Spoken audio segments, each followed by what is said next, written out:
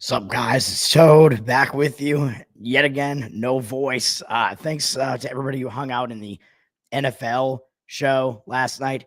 Even Nate, who I got super mad at, but whatever. Water under the bridge. Let's we'll talk about the other sports besides NFL here. Although I do have two NFL plays, as I pointed out last night. You can go watch my analysis on that. I have the Indianapolis Colts +4, which it looks like that number is still out there. I can pull up the market in a little bit because I don't love the way the market is looking on that at the moment, but I do have that one, and I have Tampa Bay +3, which hopefully you can get the straight +3 again today. But if you can't, I mean, I like playing Tampa Bay in basically any way that you can. I mean, I think they might win the game outright, so I like it at +3, even up to like -115. Or if it is sitting at 2.5, you could tease them up to like 8.5 and tie them in with another teaser leg if you want to. I don't mind that idea either. And hold on a second, because I'm gonna I need to put in all my other banners here for my other plays. I do have one college basketball play today. I have one NBA play,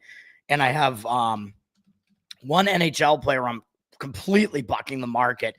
Talk about market reads and not liking certain market reads. This one is like, I just don't understand what's going on in the market, and I'm hoping my situational handicapping trumps the market, and sometimes I think it does, but I like the way it sets up for my NHL play here. So let's take a look at this card here. Well, looking at the NFL market real quick, as I pointed out, Buccaneers Chargers, the market basically looks the same as last night, but it does look like you can probably still get that 3 at -110 out there. It looks like, because it's sitting at -3, -109 right now. So you can probably still get that. We still see the cash disparity on Tampa, so I think that's looking good.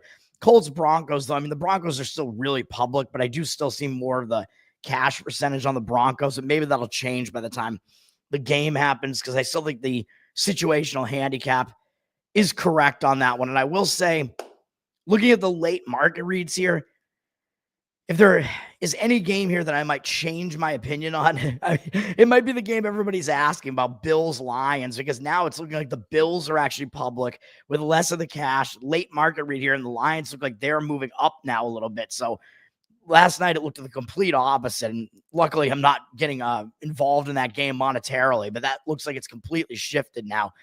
So if I were to change my opinion on one game that I talked about last night, it would be that one. I might no longer lean to the Bills side in that one. Everything else I said last night, I think I probably agree with, but that was one of the games that was harder to handicap. Although I don't know, the situation in that one, I think, still kind of put me on the Buffalo side slightly, which again is why I'm not actually betting that game, but we'll see. And then again, like Dolphins Texas is still a really difficult read, but I think everything I said last night, I think, still applies. We can look at college basketball in a second after I read what Andrew's saying here. Oh, you're trying to do your impression of me. That's right. You can't do an impression of me up to my satisfaction or anybody's satisfaction. I don't know. You could try. I mean, you kind of have the same look, man. You have the same glasses at the very least, and we're both old. So, although we both actually look younger than we actually are, too. So I'll give you a backhanded compliment there. All right. College basketball, there's not a whole lot I'm going to say about this. I do have one play, and I will just say briefly, I mean, I think you could potentially say that Iowa might be in a bad spot because they just took Iowa State almost to the limit, not quite to the limit, but Iowa played pretty tough in that game and kind of faded at the end in a huge rivalry game. So Iowa could be in a bad spot here against New Orleans, and they do have a bigger game up next against Utah. But I mean, Iowa's just such a big favorite in this game. Is there really any way I want to touch this and try to come in and take 31.5 points with a far inferior New Orleans team?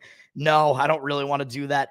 And then the one game here that is actually between two bigger conference teams is Georgia Tech and Northwestern. This game is a little bit interesting to me because I looked, and my first look was, Georgia Tech is probably not in the greatest spot because they just played Oklahoma and North Carolina, and they actually played really tough against North Carolina, only losing by 3. Big performance there. But they do have over a week off now, so they are coming into this game with a lot of rest, so maybe that will kind of mitigate that situation a little bit there, although still, that was a big game, but maybe they will be focused on this game because this is another early season tournament here in the MKE tip-off, whatever that is, which is in Milwaukee, Wisconsin. So maybe they will show up focus here, but it does also mean that Northwestern is kind of in a better geographic spot here because this is closer to Northwestern's home campus. So I don't know if that means they're going to get more fans to show up for this or what, but Northwestern is also kind of in a letdown spot in a way because they're coming off that game. I played Northwestern. They beat Illinois in overtime, a big win for Northwestern. Not only a big conference win over a ranked opponent, but also that's kind of a bigger rivalry, a bigger deal for Northwestern because they're both like Chicago area schools kind of. So that was a big deal for Northwestern. And that game was a little bit more recent. They've still had, or no, it was actually less recent. Wait, what am I saying? Yeah, it was actually less recent. Wow. In my mind, it seems like that game didn't happen that long ago, but it did. So both teams actually do have a lot of time off coming into this game. So maybe that will help alleviate those circumstances a little bit, but maybe Northwestern went into that extra break feeling all kind of high on themselves. So this game is a really difficult read, actually. I'm looking at the market here. Northwestern, they are a favorite. I don't know by how much. Up from 5.5 to 6 with juice. 74% of the tickets, 93% of the cash on. So the market read does look like it is indicating on the Northwestern side, moving up from 5.5 to 6. So we will see. That is not my play, though. In college basketball, my play, I'm going to try to make this quick, is the San Francisco Dons minus 3.5. I like this play, man. People are going to come in and look at this. This is against Loyola Chicago. San Fran is already up from 3.5 to 4. Hopefully another San Fran team doesn't let me down. Looks like the market is agreeing with me. It's moving up on the line here on San Francisco. 57% of tickets, 98% of the cash on San Francisco. And this is one where I think the public is going to come in and look at this, and Loyola has like a bigger name in the public's mind, right? Because they made that Final Four run. They got Sister Jean. I think she's still alive, even though she's like 104 or something. So props to her.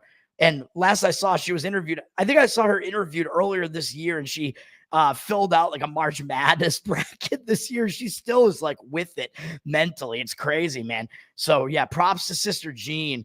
But Loyola Chicago, they have that air in the public mind, right? And then I think they made another decent run in the tournament one of those other years after that. So everybody likes Loyola, man. People are going to overlook San Francisco, in my opinion. Loyola, they're sitting here at 8-0, so they're undefeated. And San Francisco has 2 losses. So I think the public is going to come in and see that, wait a minute, an undefeated Loyola team, Sister Jean's team, this Loyola team that I know the name of, like they're getting 3.5 points here and they're undefeated. Well, that looks pretty tempting. Give me that. I think that's what the public is going to think, but I'm saying don't do that. Loyola, I don't think they're the better team. And well, obviously, I mean, the odds makers are telling you they're not the better team. This is a neutral site game, by the way. This is also in that NKE tip-off or whatever the hell it is in Milwaukee, Wisconsin. This is maybe it's Milwaukee something. I don't know what MKE is, but this is going to be at 6:30 p.m.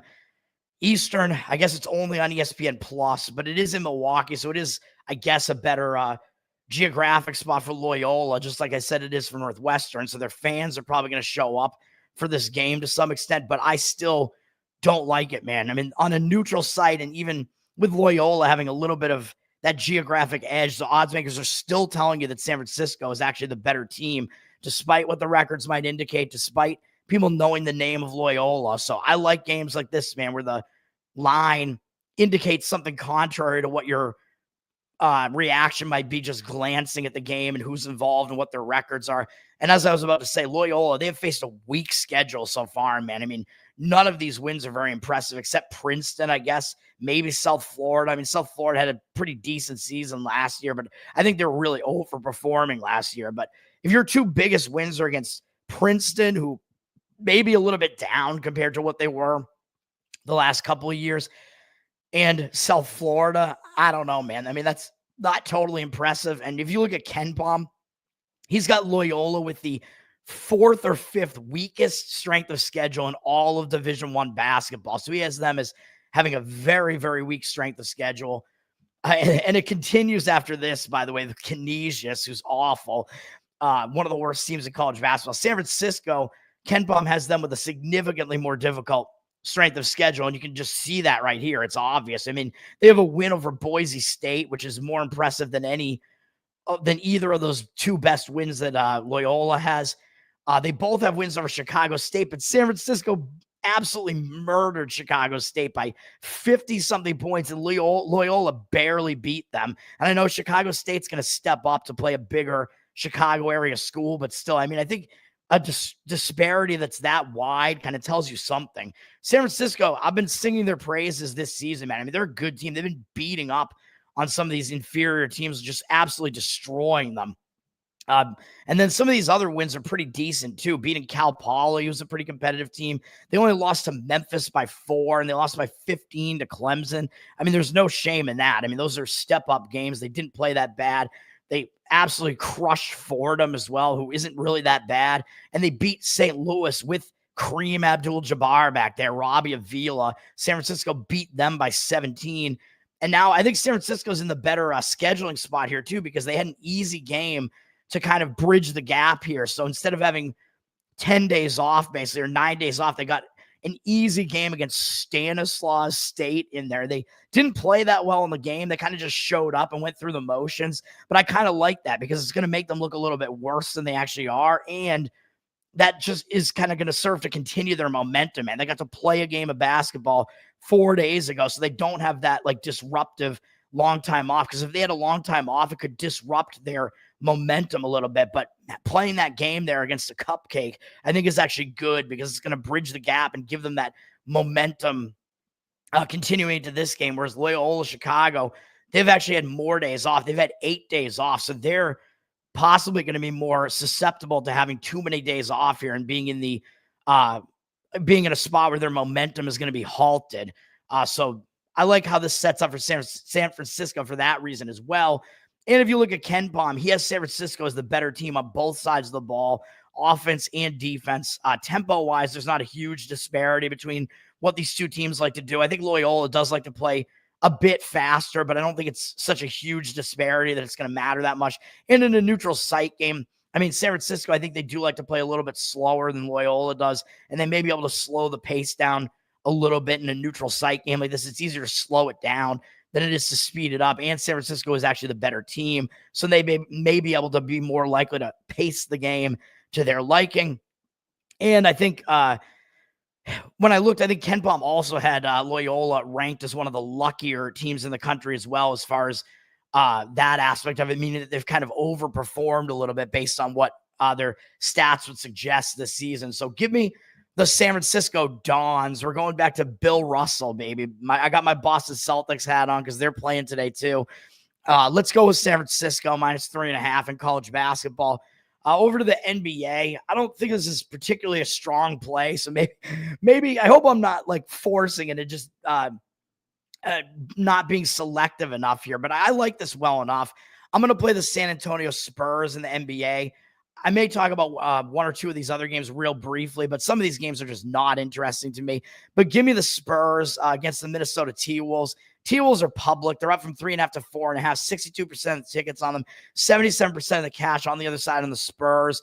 The Spurs did beat the T-Wolves in the same venue, I believe, at home earlier this season, but I don't think it's going to be like a revenge spot or anything like that. I don't think Minnesota is going to really care that much about revenge. They did lose by 10 at San Antonio the one other time they played, but this is about the current schedule, man. I mean, Minnesota's coming off a few huge games in a row, even though they did have some break in there.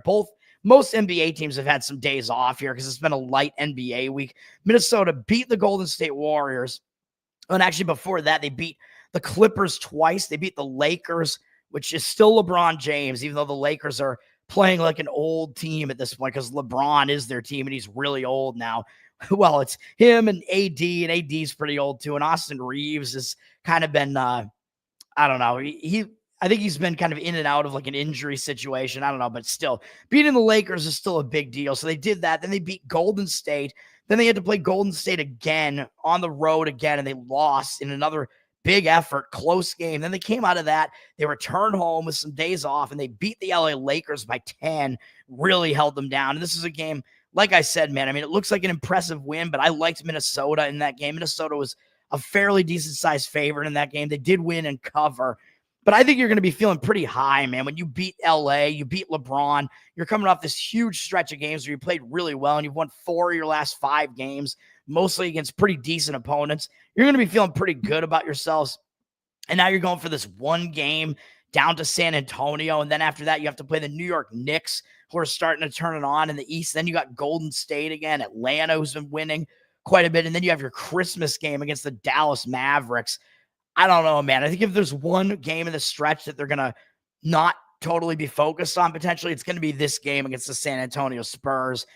So I'm going to grab the Spurs plus the points in this one. And the Spurs, I think this sets up better for them. They're kind of in a momentum spot, in my opinion, where they're rested, but they do have momentum because they did play 2 days ago and they had a lot of rest before that. So I like how that situation sets up, man. They beat a very injured Pelicans team and they didn't beat them by that much. So that is not going to be the type of win that's going to make you like feel overconfident about yourselves, but it's just kind of like, yeah, we won. We have things to fix. We have some new momentum though. So let's move on from that. So that started some new momentum for them, breaking a loss streak. And then they continued that momentum up to Portland and they were able to win that game. That was a game where San Antonio was a favorite on the road. Portland's not really that good at all. So having a close call like that, and I think Wemba had to win the game right at the end there.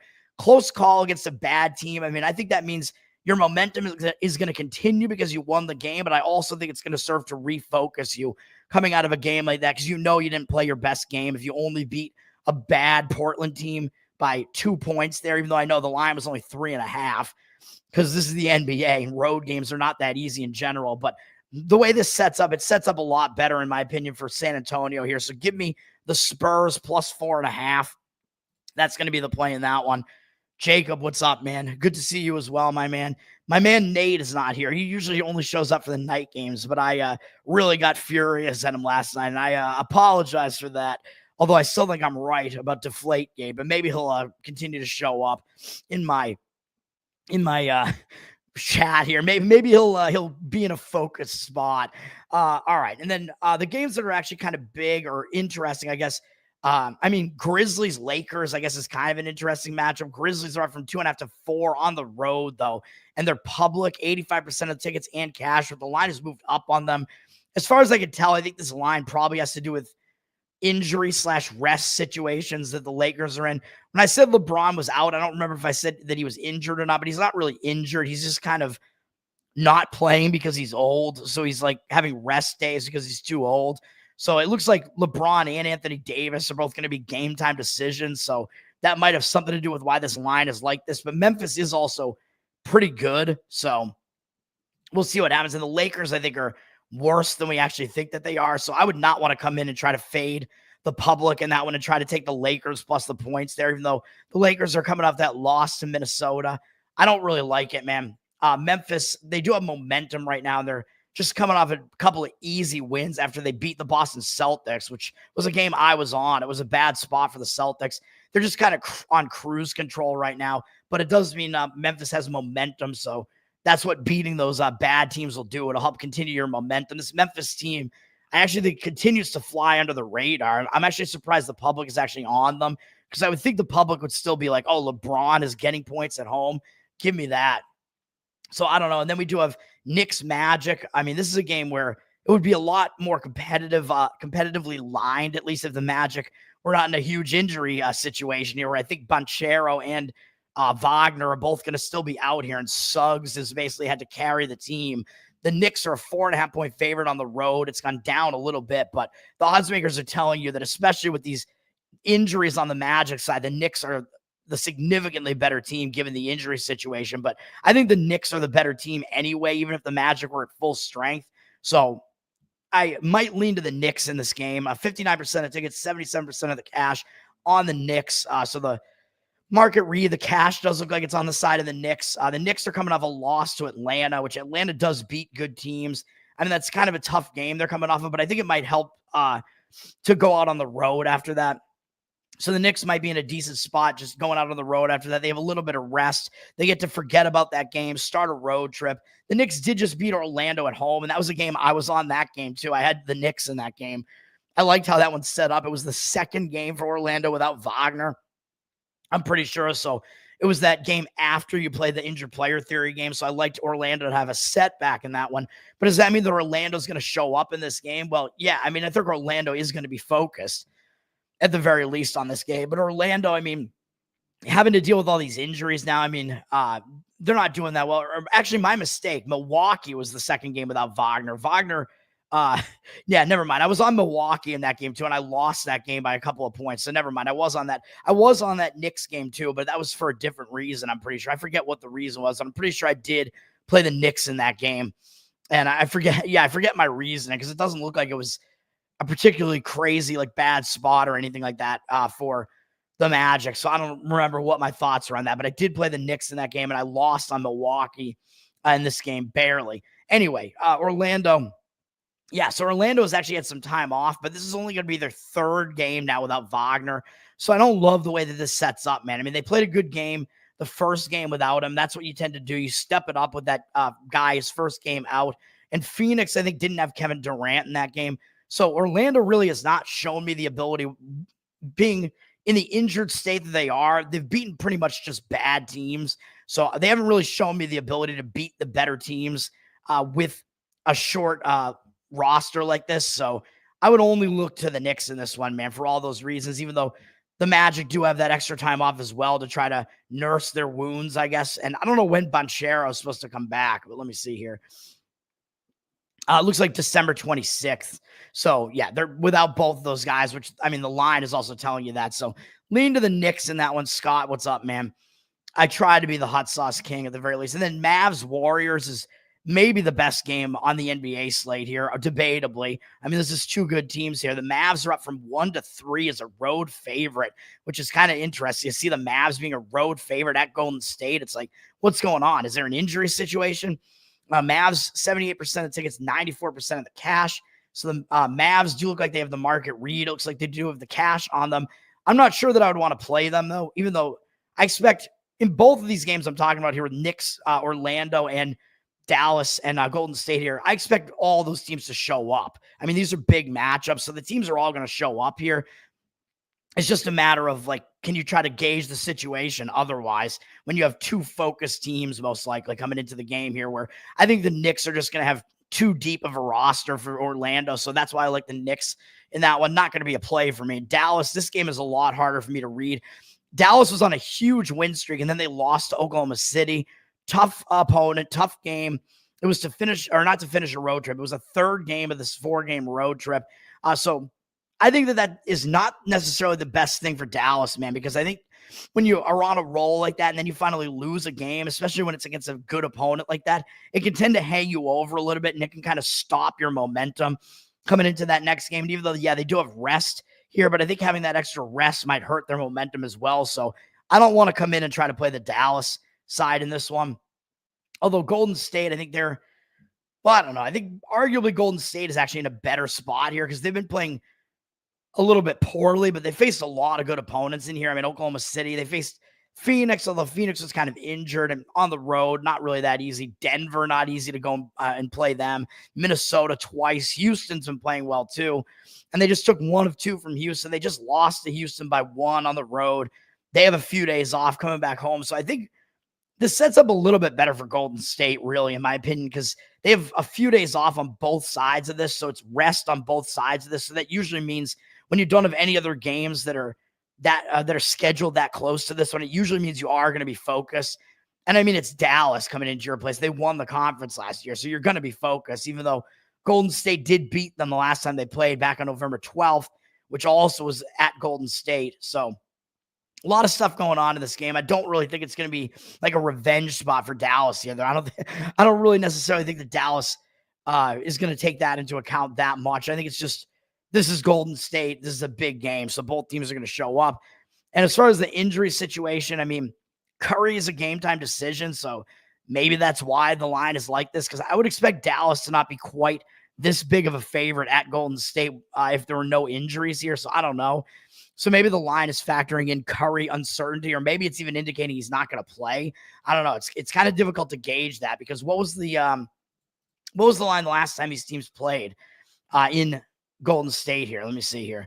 It was Golden State as the 2.5 point favorite. Yeah, so that line seems a little odd to me, man. I'm pretty sure Curry played in this game. Yeah, he did. Wiggins also played in this game. And it looks like Wiggins is a game time decision as well, but I don't think he would affect the line that much. So kind of weird to see if Curry is going to play, it's odd to me that the line would have moved that much in like a month's time, that the Mavs would be a 3-point road favorite instead of a 2.5 point road underdog. So I don't know. Hard for me to gauge on that one, but that is not the game I'm going to be playing. Obviously, I already gave you that. And we'll finish with NHL.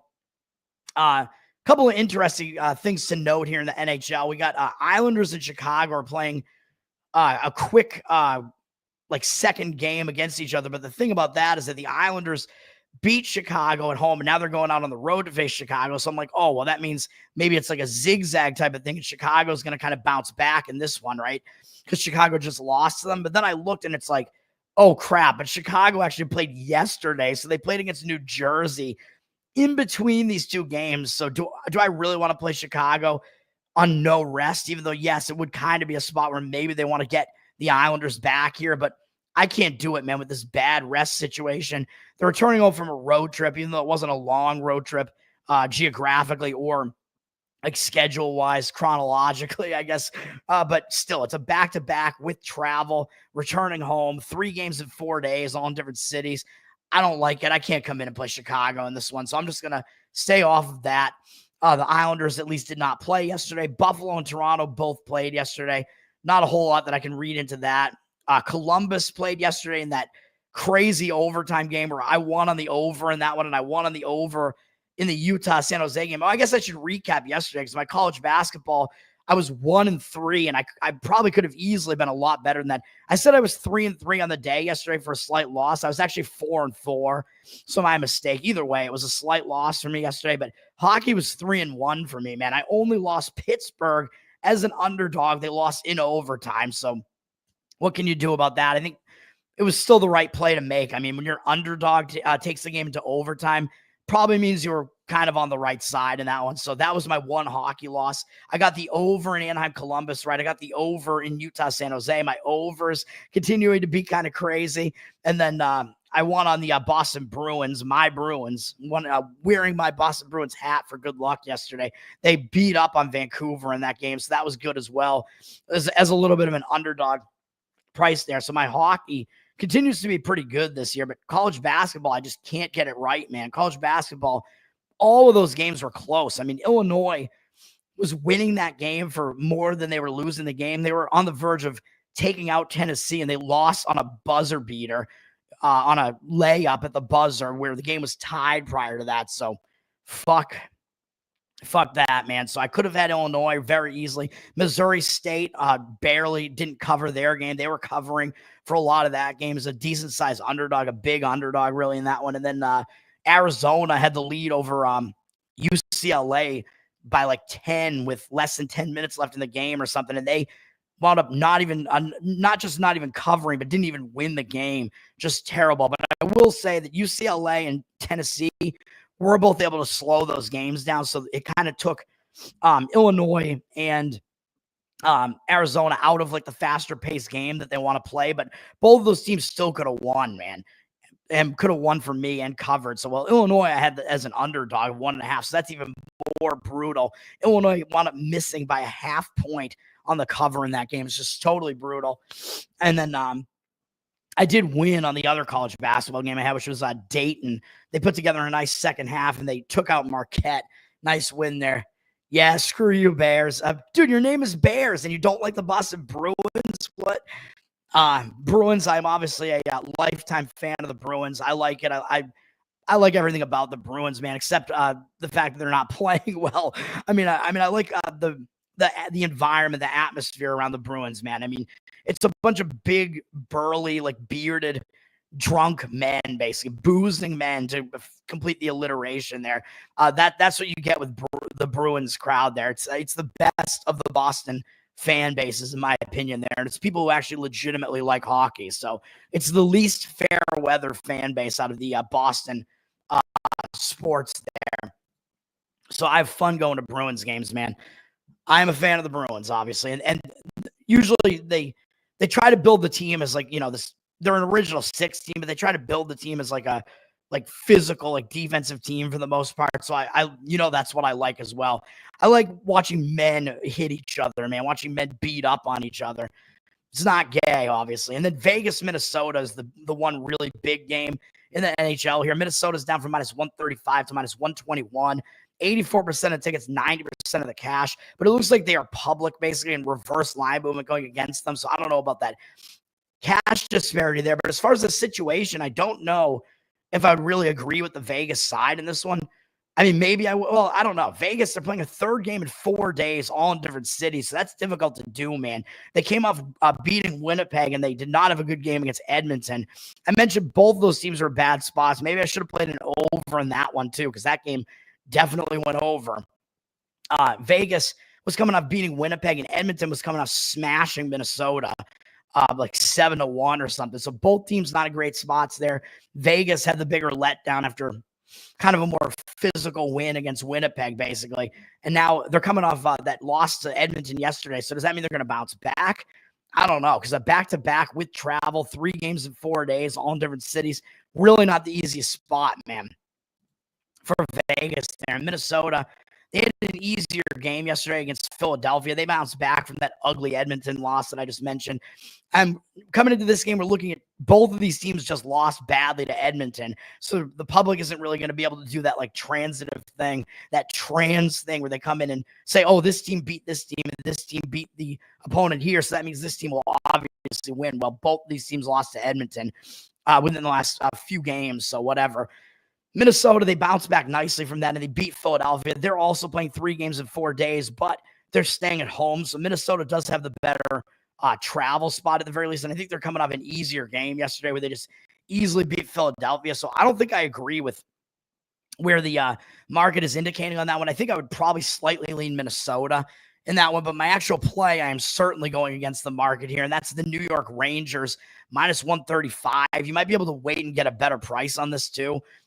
This is crazy that this line is crashing like this. The Rangers are public with 80% of the tickets on them. I'm surprised the public isn't just off of the Rangers train. Oops, as I knock my mic cord here again. I'm surprised that the public still wants something to do with the Rangers, man, with as badly as they've been playing recently. They got 80% of the tickets and only 63% of the cash, and the line has been driven down from minus 145 to minus 133. So this looks like all of the market indicators are on St. Louis here, and I'm bucking everything that I see in the market here because I think the situation sets up for the Rangers here. So I don't know what's going on with the market, man. I don't know if there are injuries that I'm missing here, or maybe it's just because of the goaltender situation or projected goaltender situation, but I know who the projected goalies are in this game. They're not confirmed yet, but I think it's still going to be fine for the Rangers in this game. So I don't get what I'm seeing in the market here, man, because this is like a classic, like public road favorite where the line is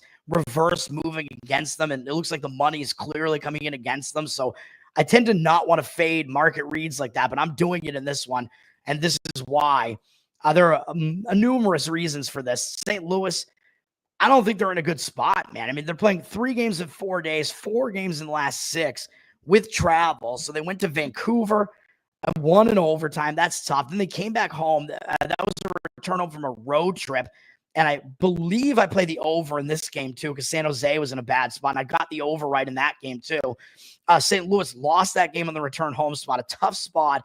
Then 1 day off, and then they had to go back out on the road for 1 game against Dallas, and they took them into overtime. Look at all these overtime games they've been playing recently. I mean, yes, St. Louis has been playing well under Montgomery. They've been playing pretty competitive, but how can you keep playing games like this? And now with no days off, they return home again from Dallas, even though I know that's not a huge amount of travel there, but if this all adds up, man.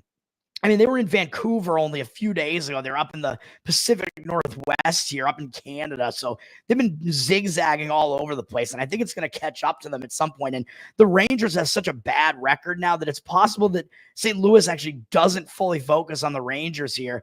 And I will give another reason why that it might be the case in a second. But they do have New Jersey, Tampa Bay, Florida all up next, and they might actually consider those to be bigger games than this game. And that game yesterday, like I said, that's a big game, playing the Dallas Stars. They're one of the best teams in the Western Conference, and taking them into overtime and then having to turn around with travel and play again right away.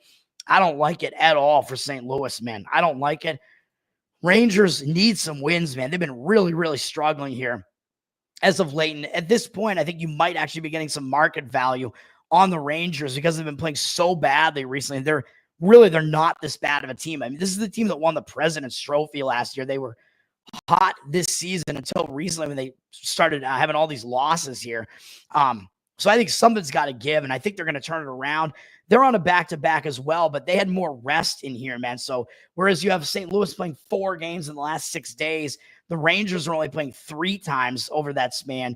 They had multiple days off between the 11th and yesterday. So I think you're looking at a Ranger team with more rest here, and they basically didn't even show up yesterday, man, even though they did have a lot of hits in this game against the Kings, but they did awful in this game against the Kings. So they are traveling as well, but I think this is a way better spot for the Rangers because they had a much less difficult game yesterday. Even though, yeah, it was a difficult opponent, the Kings, but the Rangers got crushed, and that's an embarrassing loss, man. And I think the best thing for a team when they lose badly at home like that is to just forget about it and go on the road, and that's what they're doing here. In the first game of a road trip, which is what this is, you tend to be focused, especially if you lost ugly in that last game. Well, either way, actually, either you lose ugly in that last home game or you have some momentum propelling you out onto the road. Either way, I like the spot for a team starting a road trip. It does tend to be one of the better focus spots in hockey, so I like that as well. And as I was just alluding to with St. Louis, why might St. Louis maybe actually look past the Rangers here? And why might the Rangers actually have a little extra motivation here? Oh, yeah, because that first game with Montgomery as the coach of St. Louis, and I played St. Louis in this game in the fire coach spot and won on this. What happened? Oh, yeah, the Rangers had St. Louis come into their house, into Madison Square Garden, and beat them 5-2 on November 25th. So I think the Rangers are going to remember that, man. And St. Louis, I think that might have a tendency to make St. Louis actually take the Rangers a little bit more lightly than they should. And for the Rangers, I think it's going to motivate them a little bit extra here, man, because they know St. Louis just came into their house and beat them, and now they get to return the favor and go out on the road and do that to them.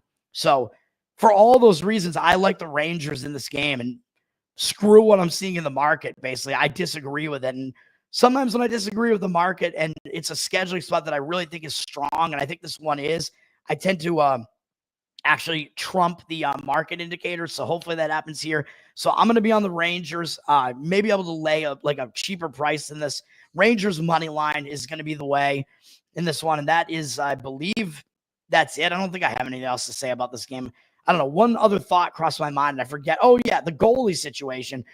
So Hofer is looking like he's the projected goalie. Hofer is probably going to be the goalie for St. Louis in this game. That's the projection, at least because it's a back-to-back. So they probably want to rest Binnington because he played yesterday. So that means you're going to get St. Louis's second-string goaltender in this game. So he's the worst of the 2 goalies. Hofer, yeah, I know he did play in the game where they beat the Rangers. Yes, he was the goalie in that game too. And he played pretty well in that game, but still, he's not the better goalie over Binnington, man. And Binnington's been struggling a little bit this year too. So, but either way, you're either going to get an unrested Binnington in net here for St. Louis, or you're going to get Hofer. Either way, I like the Rangers here. And for the Rangers have the better goaltending tandem, man. So the Rangers are on a back-to-back as well. Shesterkin played yesterday, and again, he struggled again yesterday. So it looks like he's probably not going to be the goalie here, and it will be Quick. But if you're getting Quick, man, I mean, I don't mind that at all. I mean, as far as second-string goalies go, Quick is one of the better second-string goalies in the NHL, man. I mean, Quick is a veteran. He was a starter for the LA Kings for a long time. He's been around for forever, man. So, and he's not playing that badly this year either, I don't think. So the Rangers actually have a really good goaltending tandem here. So if it's Quick in this game, I actually might like it a little bit better than if they try to play Shesterkin again, even though he's good. If he's playing on little rest, I actually might prefer Quick playing this game, and it looks like it's likely to be Quick here. So, again, even with the goaltending situation, like I said, I looked up what I think it's going to be, and that's the way that it is. Either way, I like the Rangers. Give me the New York Rangers. Nate, what's up, my man? Thank you for returning after I flipped out last night. I appreciate you coming back, man. I appreciate you being in the chat more often than anybody else. You're in every chat, man. Hell yeah. It's awesome. We stole the Zadorov from you. Yeah, well, we're a bunch of thieves, man, even though we're white. So what can I say about that? I know Shesterkin did really bad yesterday in that game, but I think he's not going to be in net here. I think it's going to be quick. So, I mean, I like it. That's going to do it, man. I'm doing a 40-minute video. I thought it was going to be closer to a half hour. But once again, my plays today, NFL, Indianapolis +4, Tampa Bay +3, college basketball, San Francisco -3.5, NBA, Spurs +4.5, San Antonio, baby. And hockey, the one game where I'm really fading the market read here, New York Rangers -135. I like the scheduling spot. That's going to do it. I'm Tower Gang Toad. You can follow me on Twitter, follow the Tower Gang Podcast, and subscribe to the Patreon, patreon.com/Tower Gang. Support the most offensive comedy podcast on the planet every Wednesday nights, 9-11 p.m. Eastern, baby. And if you subscribe to the Patreon, you get live pre-show, post-show. You get to hang out with us in a Telegram, all that cool stuff. That's going to do it for me. Let's have a good Sunday, man. Let's bounce back from that bad San Francisco 49ers performance. Let's get NFL wins this time, and let's get a San Francisco win in a different sport today. How about that? That's going to do it, man. Thanks, you guys, for all hanging out. As usual, man. I appreciate the hardcore fans, man. And Nate is actually the most hardcore out of all of them. So I appreciate it. I appreciate all you guys. Bears, also, thanks for coming back, man. Even though you hate the Bruins, I'm not flipping out on you for that. But it's a subjective opinion, man. I don't like what you have to say, but that's fine. Andrew, thanks for hanging out. Scott, Jacob, MW Knox, thanks all you guys. That's gonna do it. And I'll be back probably tomorrow morning. Will be the next show, the normal morning show. We'll Monday morning quarterback everything that went wrong with the NFL here. That's gonna do it. Peace out, guys.